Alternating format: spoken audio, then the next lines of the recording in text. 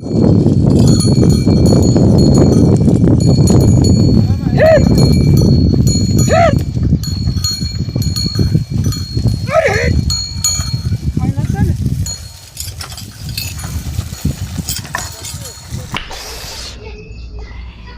दिवस झाले?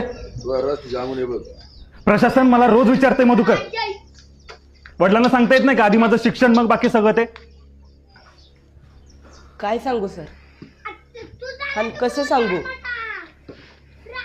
गेल्या वर्षी बहिणीचं लगीन झालं, 2 लाख रुपये हुंडा घेतला आणि 1.5 तोळ सोनं. तवा काढलेलं कर्ज भेटलं नाही तर वर चुलत्यानं केस टाकली वावराच्या वाटण्याची. तिथं पैसा गेला, केस हरलो, घराच्या वाटण्या झाल्या. आता तर कोणाच्या घरात राहतोय सर. तिकडून उंदीर येतोय तर तिकडून घुस येत्या. पावसाळ्यात अख्खं घर गळतंय. घरातली भांडी कमी पडते पण पत्र्याची पानं काय गळायची थांबत नाही. बाप गावलती काम करतो, उचलापासून गुरं राखतो. तरी बी आज भाकरी खाल्ली तर उद्याची काळजी वाटते. आई रोज वाटी घेऊन येतात, त्याचं घर टिपती. कुठनं आणू पिलं पैसे आणि कसं म्हणू बापाला? या सगळ्यापेक्षा माझं शिक्षण महत्वाचं आहे.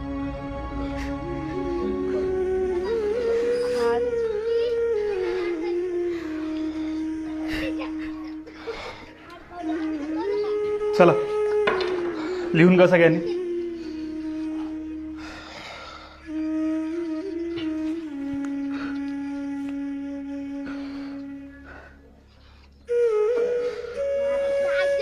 मधुकर, याच्या पुढे असलं वर्गात काहीही सांगायचं नाही.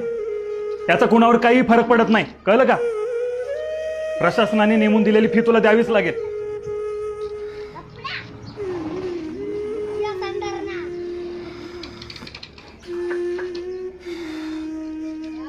मधुकर, जाताना स्टाफ रूम मध्ये भेटून जा. तुझ्या वडिलांसाठी एक निरोप आहे. बस खाली.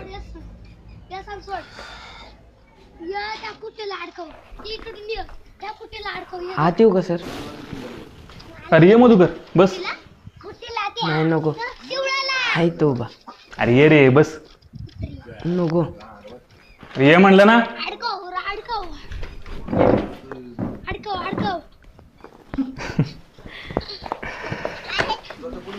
मला सांग, कोण कोण असतं घरी? आई वडील असतात आणि 2 बहिणी आहेत. एकीचं लगीन झालंय, एकीचं यंदा होईल. बहिणीचं वय किती रे? माझ्यापेक्षा 3 वर्षांनी मोठी आहे. तुझं 14 म्हणजे तिचं 17 असेल. एवढं लवकर लग्न कसं काय? कधी कधी परिस्थितीसमोर हात टेकावे लागतात मॅडम. सगळीकडेच तुमचे सरकारी नियम लावून चालत नाही. शिक्षक असून तुम्ही असं म्हणता कांबळे सर?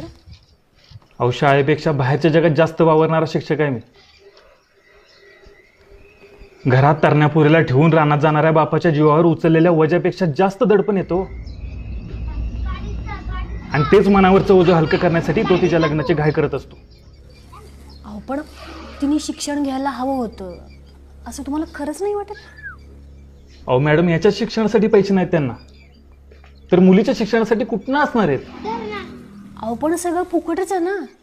जेवण, पुस्तकं, कपडे सुद्धा. तेवढंच फुकट आहे मॅडम. शाळा दुपारचं जेवण देते आणि त्याच जेवणाचा डबा आणल म्हणून पोरांना शाळेत पाठवणारा आईबाप बघतो ना, तेव्हा त्याच व्यवस्थेचा भाग असल्याची चीड येते. घरी भाकरीची तरा असल्यावर काय वाटतं याची झळ तुमच्यापर्यंत पुचली नसेल म्हणून तुम्ही असं बोलताय मॅडम. अहो, ज्या घरी भाकरीसाठी आईबाप रानोमाळ फिरतात त्या घरचं सगळं त्या मुलीलाच बघावं लागतं की. आणि कसं आहे मॅडम, तुमच्या भूमितीतल्या गोलापेक्षा भाकरीचा गोल जास्त मोठा असतो तिच्यासाठी.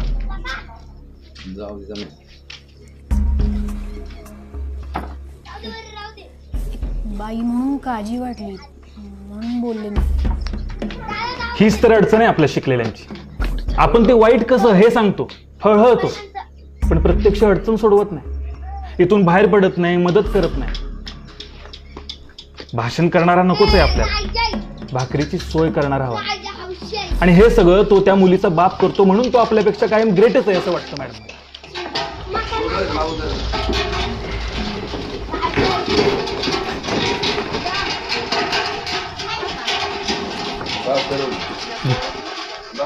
नाही नको, बापाला सांगितलं करतील ते.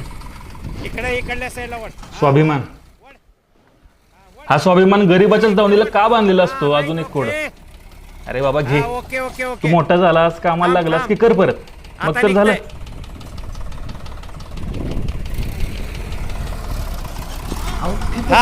सच्ची काय हे जास्त आहेत तर. अजून एक वाईट गुण, इमानदारी. अरे बाबा ठेव, लागतील तुला.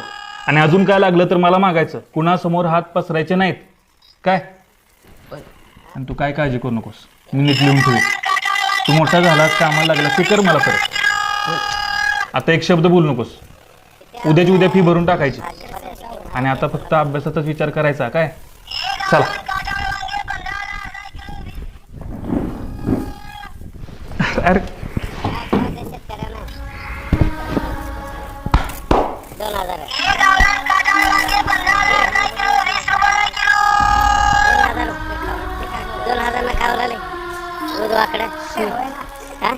अरे एवढा मोठा खर्च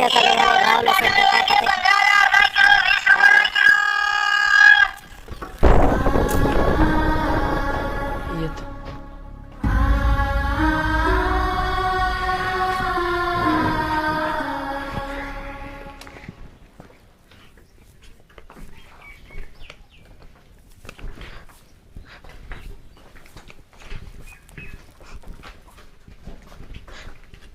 मध्या काय झालं रडायला? सर रागवलं का? नाही अबे, फीचे पैसे दिले सरांनी. सगळे शिक्षक कुरकुटे तरंगत नसतात रे. काय काय कांबळे सर बी असते. तिथनी 1 मिनिट बी लागला नाही हे काढून द्यायला. माझ्या बापाचं 2 दिवसाचं कष्ट वाचवलं रे याने.